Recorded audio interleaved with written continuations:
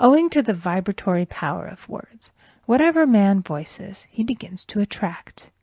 People who continually speak of disease invariably attract it. After man knows the truth, he cannot be too careful of his words. For example, I have a friend who often says on the phone, "Do come to see me and have a fine old-fashioned chat."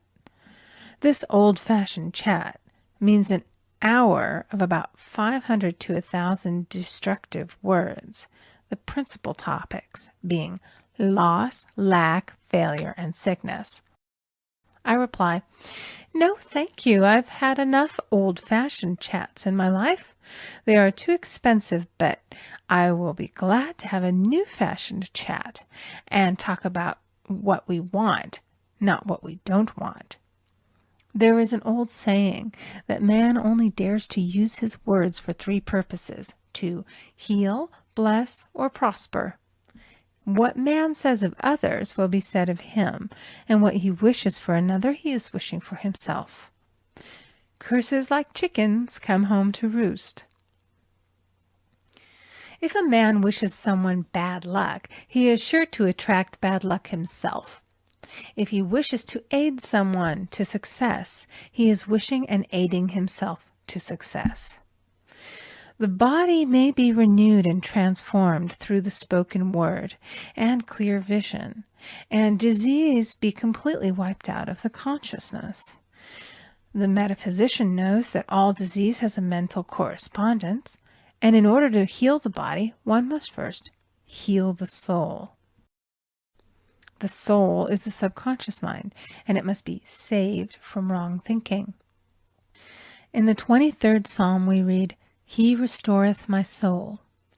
This means that the subconscious mind or soul must be restored with the right ideas, and the mystical marriage is the marriage of the soul and the spirit, or the subconscious and superconscious mind. They must be one. When the subconscious is flooded with the perfect ideas of the superconscious, God and man are one. I and the Father are one. That is, he is one with the realm of perfect ideas. He is the man made in God's likeness and image, imagination, and is given power and dominion over all created things, his mind, body, and affairs. It is safe to say that all sickness and unhappiness come from the violation of the law of love. A new commandment I give unto you, love one another. And in the game of life, love or goodwill takes every trick. For example, a woman I know had for years an appearance of a terrible skin disease. The doctors told her it was incurable and she was in despair. She was on the stage and she feared she would soon have to give up her profession, and she had no other means of support. She, however, procured a good engagement and on the opening night made a great hit. She received flattering notices from the critics and was joyful and elated. The next day she received a notice of dismissal. A man in the cast had been jealous of her success and had caused her to be sent away. She felt hatred and resentment taking complete possession of her, and she cried out, "Oh God, don't let me hate that man." That night she worked for hours in the silence. She said, "I soon came into a very deep silence. I seemed to be at peace with myself, with the man, and with the whole world.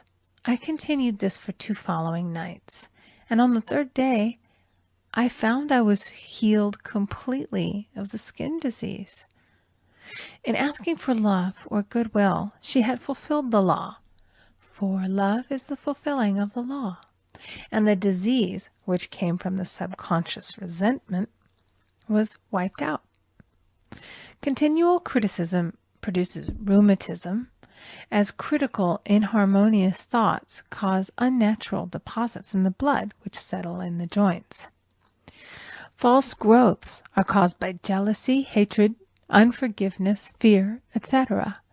Every disease is caused by a mind not at ease, I said once in my class, "There is no use asking anyone, 'What's the matter with you?' We might as well just say, 'Who's the matter with you?'" Unforgiveness is the most prolific cause of disease. It will harden arteries or liver and affect the eyesight. In its train are endless ills. I called on a woman one day who said she was ill from having eaten a poisoned oyster. I replied, "Oh no, the oyster was harmless. You poisoned the oyster. What's the matter with you?" She answered, "Oh, about 19 people."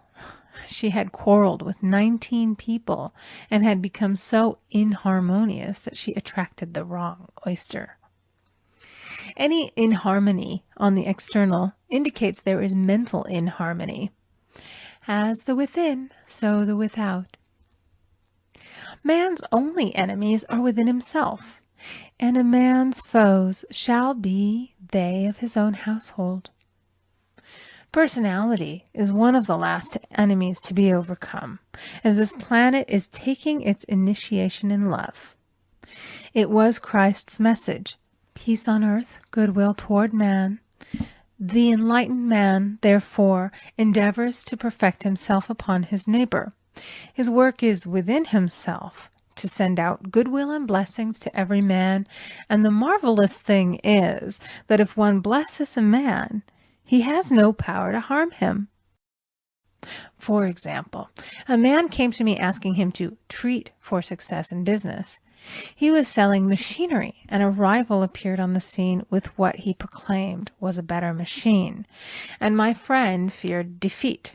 I said, "First of all, we must wipe out all fear, and know that God protects your interests, and that the divine idea must come out of the situation. That is, the right machine will be sold by the right man to the right man." And I added, "Don't hold one critical thought toward that man. Bless him all day and be willing not to sell your machine if it isn't the divine idea." So he went to the meeting, fearless and non-resistant, and blessing the other man. He said the outcome was very remarkable. The other man's machine refused to work, and he sold his without the slightest difficulty. "But I say unto you, love your enemies, bless them that curse you, do good to them that hate you, and pray for them which spitefully use you and persecute you."